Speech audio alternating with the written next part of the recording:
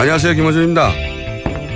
지난 월요일 아베 신조 일본 총리는 한반도 유사시 일본으로 피난민이 유입될 경우 보호해야 할 사람을 스크린하는 방식으로 대응하겠다고 말했습니다.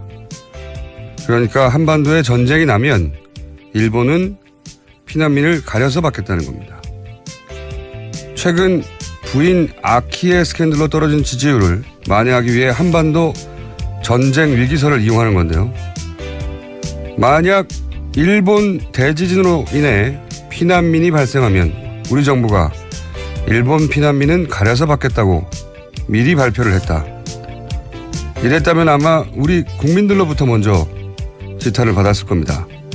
최소한의 양식도 없는 발언이니까요.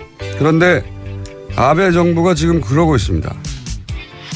이게 나라냐 하는 시간 몇 년 보내고 났더니 이웃에게 별말을 다 듣습니다. 새로 탄생할 새 정부는 아베 정부와 박근혜 정부가 맺었다고 하는 위안부 협상 반드시 원점으로 되돌려 놓기 바랍니다. 김원준 생각이었습니다. 시사인의 김은지입니다. 김은지 기자는 축구 좋아해요? 아니요. 네. 제가 축구 광인데 요즘 챔피언스 리그 한참인데 이걸 못 보다니요. 아, 이 시간에 하나요? 이 시간에 하는 게 아니고 이제 중요한 경기가 8강 경기가 좀 전에 끝났는데 예. 여하간 잘 모르시니까 네네. 넘어갔죠. 네, 너무 모르네요. 저희가 뉴스공장 처음 시작할 때 이렇게까지 중요한 시사 뉴스들이 매일매일 쏟아지지 않았기 때문에 축구 얘기만 맨날 했거든요. 그 축구 얘기를 다시 하고 싶습니다. 자, 첫 뉴스는요? 네, 각 후보들 유세 현장 먼저 전해드리겠습니다. 더불어민주당 문재인 후보는 어제 국민의당 안철수 후보를 겨냥해서 호남을 정치적으로 이용하고 있다 이렇게 비판했습니다. 광주 유세에서 호남을 위해서 뭐 하나 한 일 없으면서 호남을 정치적으로 이용하는 사람이 과연 누구냐 이렇게 물어보자 유세장으로 몰려든 시민들이 안철수라고 답하면서 호응한 겁니다. 예, 이건 이제 안캠프에서 호남 홀대론 그리고 뭐 안철수 후보가 민주당이 호남을 이용한다. 뭐 여기에 대해서 그 다음날 유세장에서 응답을 한 거죠. 예. 요 대목은 저희가 유세 당시에 문재인 후보 육성을 잠깐 들어보겠습니다. 박정희 유신 독재와 맞서 싸웠습니다. 그때 다른 후보들은 어디서 무엇을 했습니까? 나주혁신도시 한전 이전, KTX 호남선 노력할 때 다른 후보들은 무슨 일을 했습니까? 호남을 위해서 뭐 하나 한 일이 없으면서 호남을 정치적으로 이용하는 사람이 과연 누구입니까? 자, 1번 후보는 어제 이런 이야기를 했고요. 자, 2번 후보는요? 네, 홍준표 후보는 어제 부산과 울산을 찾았습니다. 그러면서 문재인, 안철수 후보 동시에 공격했는데요. 문재인을 찍으면 누가 대통령이 된다? 김정은 이렇게 대답을 했고요. 또 안철수 찍으면 누가 대통령이 된다? 거기 있던 사람들이 박지원이라고 하자 그렇죠라고 대답한 겁니다. 네. 자, 이것도 홍준표 후보가 유세 현장에서 했던 이야기들 중에 일부 저희가 들려드리겠습니다. 문재인이가 대통령 되면 이 나라 대북 정책을 정하는 대통령은 김정은이다. 안철수가 대통령이 되면 대북 정책을 정하는 사람은 박지원 대통령이 됩니다. 거기 국민의당에 여의도 요물이 한 사람이 있어요.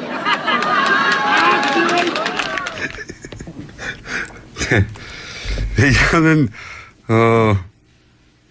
지금 1, 2등이 아니기 때문에 2번 후보가 1등도 공격해야 되고 2등도 공격해야 되는 상황인 거죠. 예. 그중에 안철수 찍으면 박지원 상황 된다. 그리고 문재인 찍으면 문재인 후보는 1등이기 때문에 이제 북한이 친북 정권이 될 것이다. 이런 공격인 거죠. 예.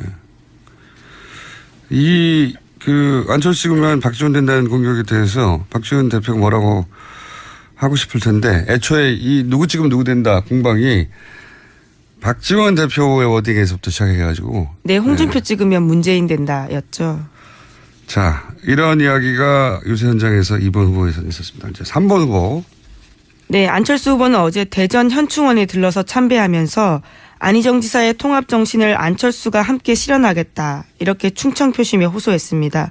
또 대구로 넘어가서는 안보 대통령 되겠다면서 보수 표심 공략했는데 북한이 저를 두고 차악을 선택하는 것이라고 했기 때문에 김정은 정권이 저를 두려워하고 있습니다. 이렇게 이야기했습니다.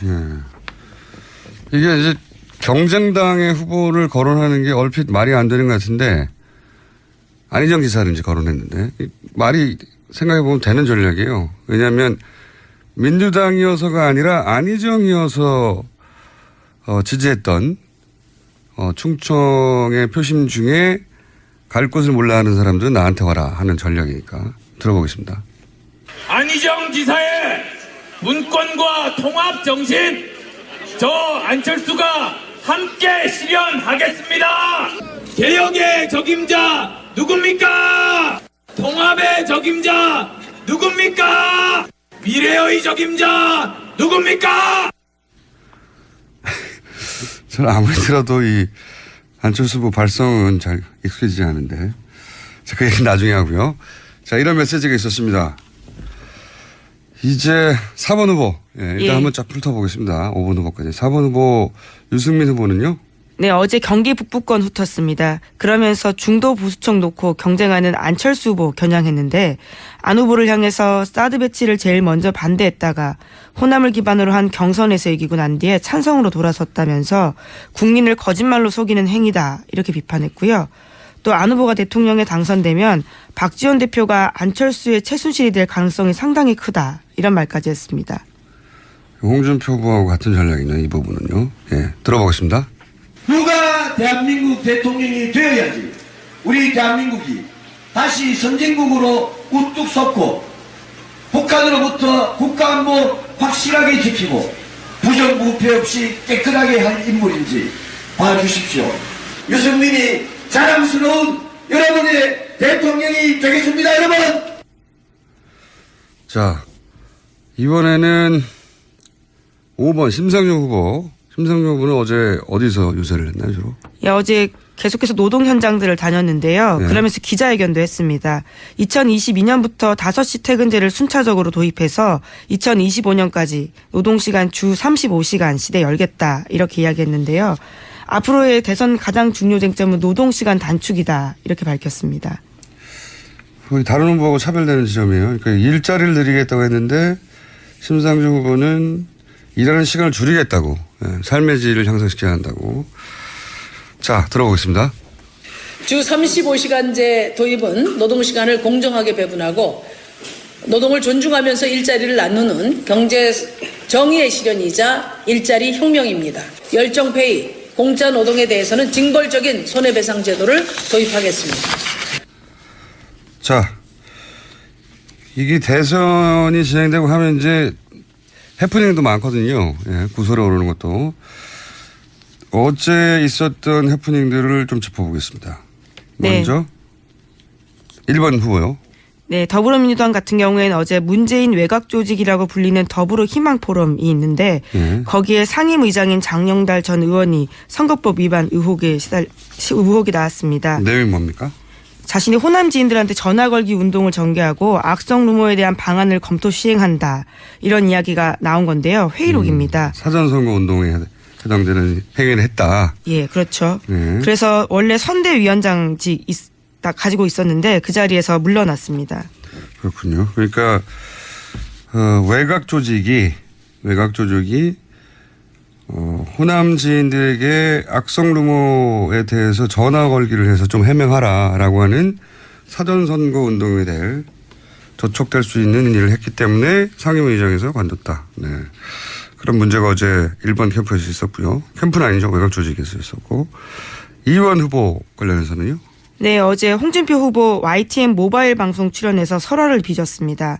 집에서 설거지 하느냐 이런 질문 받자 남자가 하는 일이 있고 여자가 하는 일이 있다. 그건 하늘이 정하는 것이다. 이렇게 말했습니다.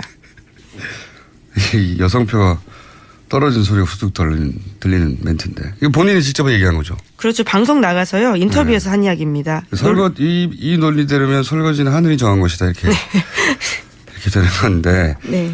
뭐 다소 해명을 하긴 했네요. 하우스와이프와 커리어우먼은 별개라고 얘기했지만 이걸로 수습이 될 정도는 아닌 것 같은데. 네, 하우스와이프도 섭섭할 이야기죠. 그렇다고 하더라도. 그러면 커리어 우먼만 설거지해서 면제된다. 그런 의미로 이런 들리니까요. 얘기가 되어버리니까.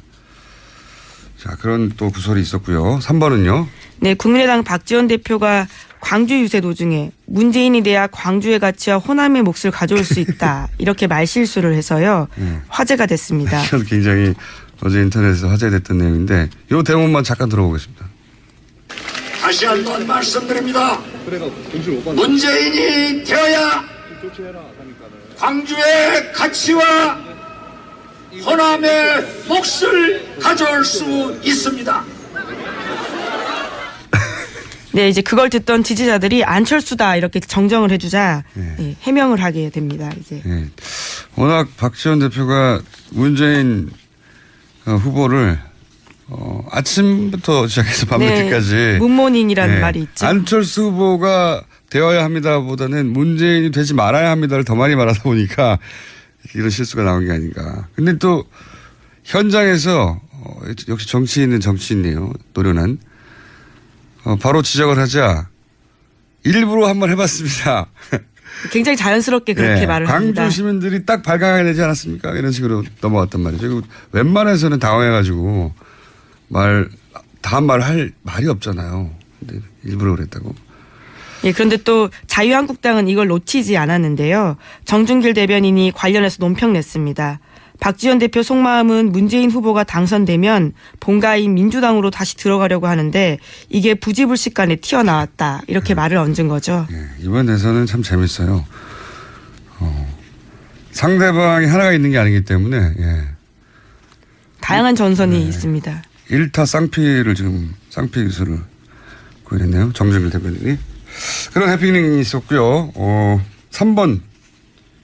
예, 3번 받아냈습니다. 예. 예. 4번 유승민 후보하고 5번 심상정 후보는 이런 구설수나 뭐 없었습니까? 예, 어제 딱히 보이지 않아서요. 찾지를 못했습니다. 이분들이 너무 네거티브를 안 하시네. 어제 나왔던 노회찬 의원이 그런 말을 했어요. 심상정 후보에 대해서 제발 네거티브 좀 해달라고. 예, 제보를 해주시기 바랍니다. 두 후보에 관해서 저희가 구설이나 해프닝을 찾아봤는데 없어서 전해드리지 못했습니다. 자, 뉴스는요?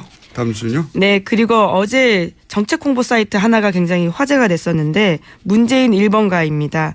인터넷 쇼핑몰 구성을 차용해서 개설한 홍보 사이트인데 마치 쇼핑몰 사이트처럼 이 정책을 홍보하게 되는 거죠.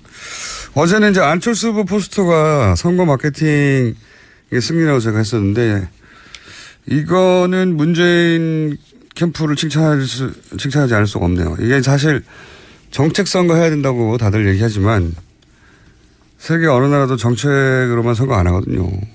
사실 학자들이 학술대회 해도 학술만으로 싸우지 않아요. 감정으로 싸우지 중간중간에. 근데 이제 그 재미없는 정책을 하여간 들여다보게 만드는 효과로 여태 이 이상의 툴이 있었나. 제가 보기엔 다른 나라에서도 벤치마킹 할 정도의 굉장히 재밌는 발상이다. 물론 그렇다고 공약이 저절로 좋아지진 않죠. 예, 홍보를 이렇게 하는 건데요. 근데 이제 자기 후보 공약을 알리는 툴로는 여태 이 이상이 없었던 것 같습니다. 네. 어제는 문재인 후보 캠프 정책 마케팅의 승리네요. 네. 이 화제가 됐었고. 자, 다음 뉴스는요? 네, 오늘 KBS 주간 TV토론 열립니다. 밤 10시부터 12시까지 KBS 1TV를 통해서 120분 동안 생방송으로 진행되는데 이번에는 특히 스탠딩 토론 방식 도입했습니다. 잠시 후보들이 앉아있을 보조의자가 있긴 하지만 30초 인사말 하고 나면 사실상 난상 토론이 이루어집니다. 못 앉죠. 누가 한 사람 앉아봐요. 체력이 저질이라고 공격당할 텐데 그 다음에 그렇게 프레임이 짜져버렸으니까 이거 체력 때문에 안 하려고 하는 거 아니냐고. 사실 중요하지 않은 포인트고 얼마든지 앉아있을 수 있는데 못 앉겠죠 아무도. 아마. 이 토론회가 통상은 지지율에 극적인 영향을 안 미치거든요. 후보가 다 결정 다음에 마지막 순서로 보통 이런 중요한 토론회가 있기 때문에 이미 후보를 결정한 사람들이 감정이입을 한 채 네 편 내 편 나눠서 보니까 크게 영향을 미치지 않는데 이번에는 이제 기간도 짧고 자기가 지지할 후보가 정말로 어떤 후보인지 알 시간이 너무 부족하기 때문에 이 TV 토론회를 자기가 지지할 후보를 골라내는 시간으로 삼아야 되겠다고 생각하는 유권자들이 많은가 봐요, 이번에는. 지난 1차 토론 이후로 지지율이 약간씩 움직이는 걸 보면요. 예. 이번에는 토론회가 예년에 비해서 상당히 중요한 역할을 하겠다. 근데 또 재밌습니다. 보고 있으면요. 굉장히 다양한 설전이 오고 가는데 2012년은 박근혜 후보하고 문재인 후보 사실상의 양강구도 속에서 토론회 형식 자체가 토론회를 할 수 없었죠. 사실상. 예. 자유 토론이 사실상 이루어지지 거의 않았기 때문에 그땐 토론회를 할 수 없었어요. 횟수도 없었고 얼마 없었고 그리고 두 후보가 그 양강구도 형성은 굉장히 오래됐기 때문에 지속적으로 후보로 이미 오래전에 자기 후보를 결정한 상태의 토론을 봤는데 이번엔 좀 다르다는 거죠. 그래서 이 토론회가 판세를 완전히 뒤집지 못해도 요동치게 할 소재로 작용할 가능성이 상당히 높다. 그래서 이번 토론회는 시청률도 높고 토론회 이후의 반응도 굉장히 뜨거울 것 같습니다. 예. KBS가 3번 하나요? 예, 아니 KBS 오늘 한 번 하고요. 이제 나머지 토론회가 4번이 남아 있습니다. 선관위 3번이 있고 JTBC가 한 번 있습니다. JTBC가 한 번 예. 있군요. JTBC가 마지막인가요? 아니요, 중간입니다. 선관위가 제일 마지막입니다. 선관위는 정치, 경제, 사회로 나눠서 하거든요. 그렇군요. 형식도 지난 SBS 토론회는 형식도 SBS에서 잘 잡았어요. KBS도 그에 못지않게 대결 구도가 잘 선명하게 드러나도록 짧은 시간 내에 잡혀야 할 텐데 궁금합니다. 자, 다음 순요. 홍석현 전 중앙일보 JTBC 회장이 지난 4월 16일 유튜브에 2분짜리 영상 올렸습니다. JTBC에 대한 청와대의 외압이 있었다라는 폭로인데요. 구체적인 외압이 5-6번 됐고 그중 대통령으로부터 2번 있었다 이렇게 말했습니다. 이 언론사 사주가 정치권 또 대통령으로부터 압력을 받았다 이런 거 폭로한 건 최초예요, 사실. 그렇죠. 예. 게다가 구체적으로 몇 번이 있었고 2번은 대통령이 직접 했다. 뭐 그럴 것 같다는 추정만 있었지. 당사자의 그렇죠. 언론사 사주 정도 되는 사람이 직접 대통령으로부터 들었다. 이런 건 처음이거든요. 근데 재밌는 거는 굉장히 재밌는 포인트는 이 사실 자체가 아니라 저한테는 홍석현 전 회장이 왜 굳이 이 시점에 이거를 굳이 유튜브로 뜬금없이 올려서 폭로했느냐 하는 점이에요. 그러니까 본인이 그런 권력의 압력으로부터도 언론의 자유를 지킨 사람이다. 이렇게 밝히고 싶은 거란 말이죠. 그렇죠? 예. 실제 손석희 사장이 지금도 그 자리에 있으니까 그 공이 홍석현 전 회장에게 돌아가야 하는 건 맞는 것 같은데 이게 사실이라고 전제한 상황에서. 근데 굳이 그걸 지금 이렇게. 근데 또 유튜브에 올린 것도 이틀이나 지나서야 알려지게 됐습니다. 본인이 직접 찍어서. 이거 참 예외적인 상황이에요. 예, 비슷한 형식의 유튜브가 또 있는데요. 같은 자리에서 통일에 대한 자신의 이야기, 대통합에 대한 자신의 이야기 이런 것도 끊어서 올렸습니다. 그러니까 이게 보통은 이런 건 고발이잖아요, 고발. 네, 그 폭로, 고발. 예, 그렇죠. 그러니까 그 권력이 잘못했다라는 고발인데 이 경우는 그게 아니라 내가 그걸 지켜냈다 하는 자랑이란 말이죠. 자랑할 일이 있으면 자랑할 수 있는데 왜 굳이 하필 지금 이 시점에 이런 형식으로 하는가. 이번 대선은 모르겠는데 앞으로 그 본인 계획에 현실 정치 참여가 분명히 있긴 있는 것 같아요. 그렇게 읽히는. 그렇지 않고서 이럴 이유가 없어 보인다. 구체적으로 언제 어떻게 할지 모르겠지만 현실 정치를 분명히 하려는 모양이다라고 저는 읽었습니다. 이 뉴스를. 네. 굉장히 독특한. 자신이 주도권을 쥐고 자기가 하고 싶은 말만 이렇게 딱 할 수 있는 유튜브 형식이어서 인터뷰가 아니라. 이렇게 생각해 보세요. 삼성 계열 언론사라고 할 수 있죠. 네. 물론 뭐 주식이 직접 삼성과 있지는 않으나 그 차명 의혹도 있었고 여하간 우리나라 3대 매체 중에 한 곳에 언론사 회장이 관둔 직후에 대선 막판에 유튜브로 개인이 찍어서 제가 이렇게 언론 자유를 지켜냈습니다 하는 게 대통령이 그 언론사에 압력을 가했다는 것보다 훨씬 더 드문 일입니다. 참, 왜 그랬을까 궁금해요. 왜? 예. 손석희 세상이 그런 압력을 받았다는 것도 물론 큰 뉴스긴 한데 그거는 그런 말들이 있어 왔잖아요. 근데 왜 하필 이 시점에 이렇게 했을까요? 저는 그게 더 궁금합니다. 자, 시간이 거의 다 됐나요? 다 됐군요. 혹여 최순실 씨 뉴스는 없나요? 네, 최순실 씨 뉴스는 오늘 보이진 않고요. 네. 주옥순 엄마부대 대표가 검찰 조사 받고 있다라는 뉴스는 있습니다. 화이트리스트 관련해서. 자, 그건 제목만 읽어도 될 것 같습니다. 자, 여기까지 하겠습니다. 지금까지 시사인의 김은지였습니다. 감사합니다. 일부 저희가 들려드리겠습니다. 문재인이가 대통령 되면 이 나라 대북 정책을 정하는 대통령은 김정은이다. 안철수가 대통령이 되면 대북 정책을 정하는 사람은 박지원 대통령이 됩니다. 거기 국민의당에 여의도 요물이 한 사람 있어요. 네. 이거는 지금 1, 2등이 아니기 때문에 이번 후보가 1등도 공격해야 되고 2등도 공격해야 되는 상황인 거죠. 예.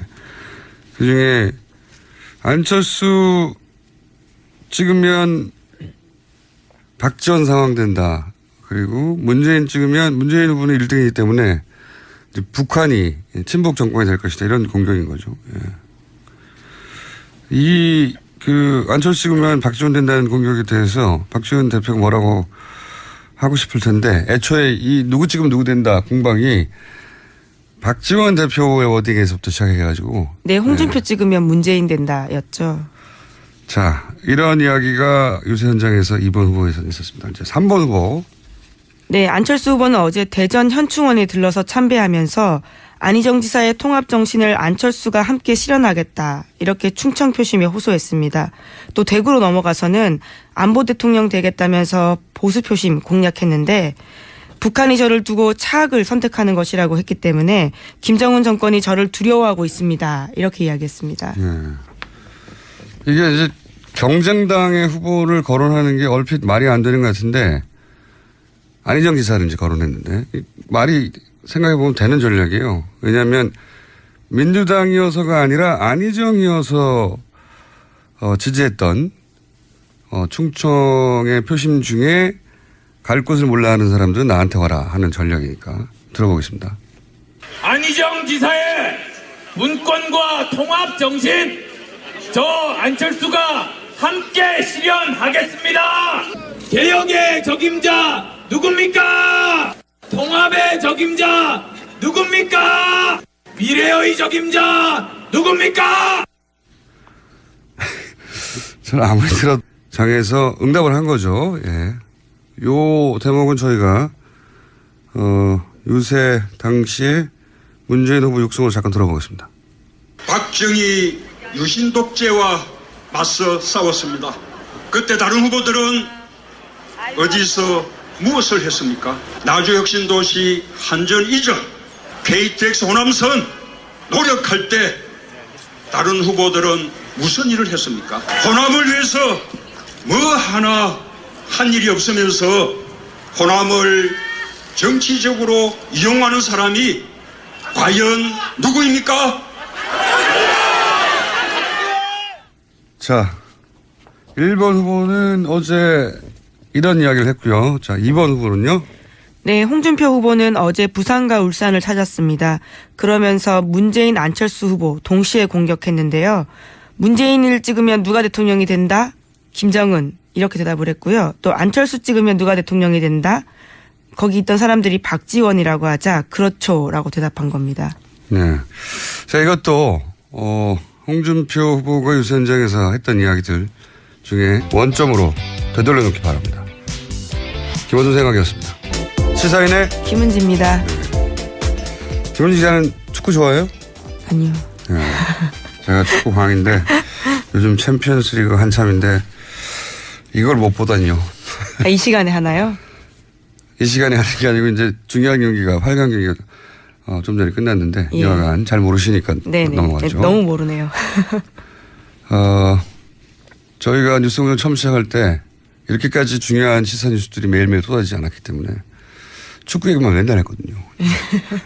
그 축구 얘기를 다시 하고 싶습니다. 자, 첫 뉴스는요? 네, 각 후보들 유세 현장 먼저 전해드리겠습니다.